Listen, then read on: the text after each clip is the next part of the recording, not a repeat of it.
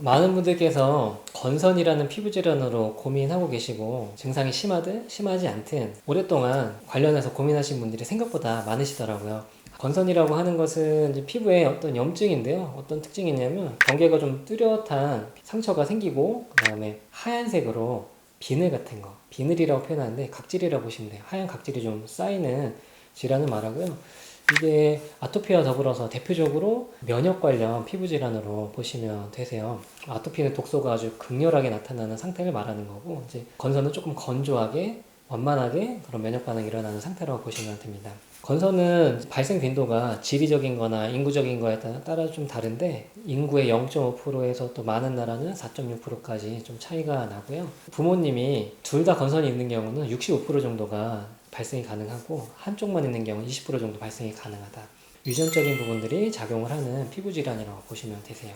그렇게 해서 유전적인 소인을 가지고 계신 분들에게서 또 면역력이 안 좋아졌을 때 각질을 형성시키는 면역 T세포라는 게 있는데 그게 각질 형성세포를 자극해요. 피부에는 자극해서 케라토사이노라는 물질이 만들어지고 이걸로 인해서 계속 각질이 퍼져나가는 증상을 건선이라고 보시면 되고 다른 피부 질환에 비해서 약간 몇 가지 다른 증상과 양상들을 보이는 부분이 있습니다.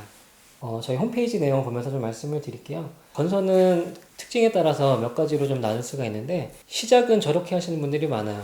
편도선염 같이 호흡기 질환이 발생을 했죠. 발생을 한 다음에 갑자기 온몸에 작은 동그랗고 빨간 구진 같은 것들이 생겨요. 그것들이 퍼지기 시작을 하죠. 처음에는 이제 동그란 피부 모양들이 여러 개가 있어요.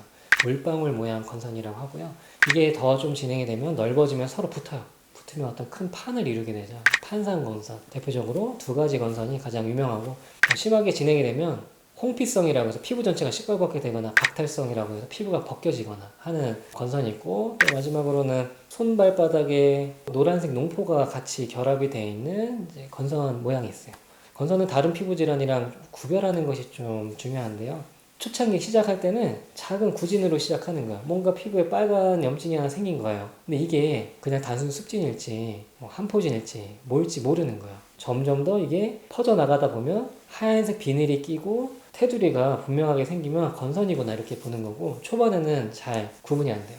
그런 면에서 좀 구별하셔야 되고 무좀, 백선이라고 하는 무좀을 구분하셔야 되고 아토피 초기 증상일지, 한포진일지 등등 이런 증상들을 구분해서 한방 이론에 따른 독소가 무엇인지 파악해서 치료하는 게 또 필요하죠. 왜냐하면 다른 한포진이나 아토피와 다르게 건선은 이름에도 건자가 들어있잖아요. 건조한 거, 조한 거 그것을 해결하는 것들이 중요한 치료. 그러니까 당연히 영양분과 수분을 공급하는 게 중요하고 보습도 중요한 피부 질환이 되겠죠. 물론 그것보다 더 중요한 것은 체질에 따른 면역력 강화가 중요한데 그런 특성이 있다는 것을 생각하시고 좀 구분하셔야 됩니다. 특유의 하얀 비늘이 생긴다는 것을 이제 중요하게 보셔야 되고 몸에 여러 군데 다 생길 수도 있어. 온몸에 생길 수 있고 대표적으로 팔꿈치, 무릎 이런 데 몸통 생길 수 있고 나중에는 손톱이나 눈, 얼굴, 그다음에 두피에도 생길 수가 있다는 것을 기억해 주시고요.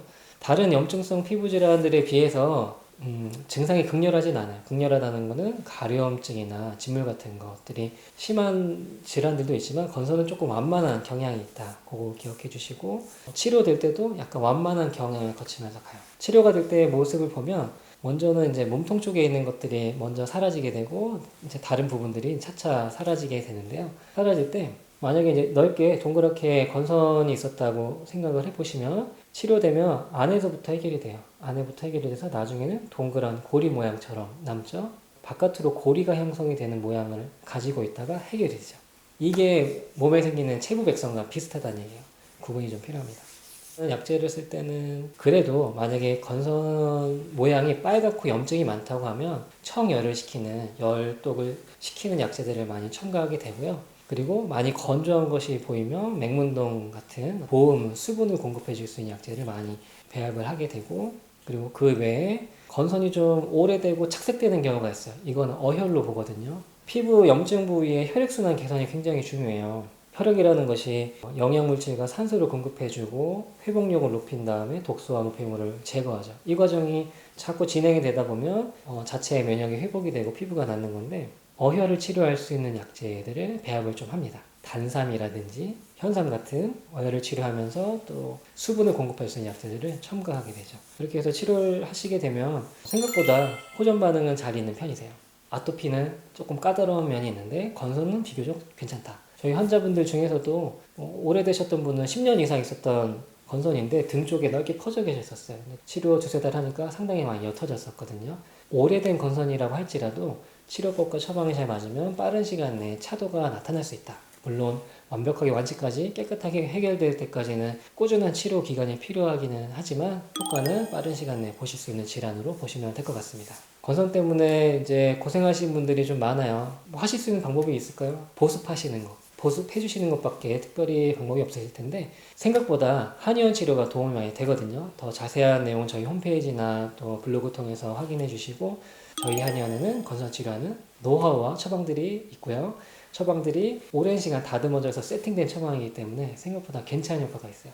그리고 기억하셔야 될 것은 다른 질환들에 비해서 면역 피부 질환은 치료 기간을 3개월 이상 잡으셔야 되고요. 초반에 환자분에게 맞는 정확한 처방을 세팅하는 데 걸리는 시간이 조금 있어요. 그래서 약을 한 달 정도 써보면서 저희가 확실하게 맞는 처방을 찾을 겁니다. 약이 잘 안 맞으면 초반에 조금 더 심해지거나 안 낫는다는 느낌이 있을 수 있는데요. 그 과정 거치면서 정확한 처방을 찾으면 반응이 나올 수가 있고요. 건선 환자분들 중에서 스테로이드 바르셨던 분들은 똑같이 리바운드가 발생을 하거든요. 리바운드 기간에는 2차 감염을 주의하셔야 되고 그 과정을 서서히 테이퍼링 해 나가면서 피부 자체 면역력, 회복력을 높일 수 있는 단계가 반드시 필요하다는 거 기억하시고 치료에 임해 주셨으면 좋겠습니다.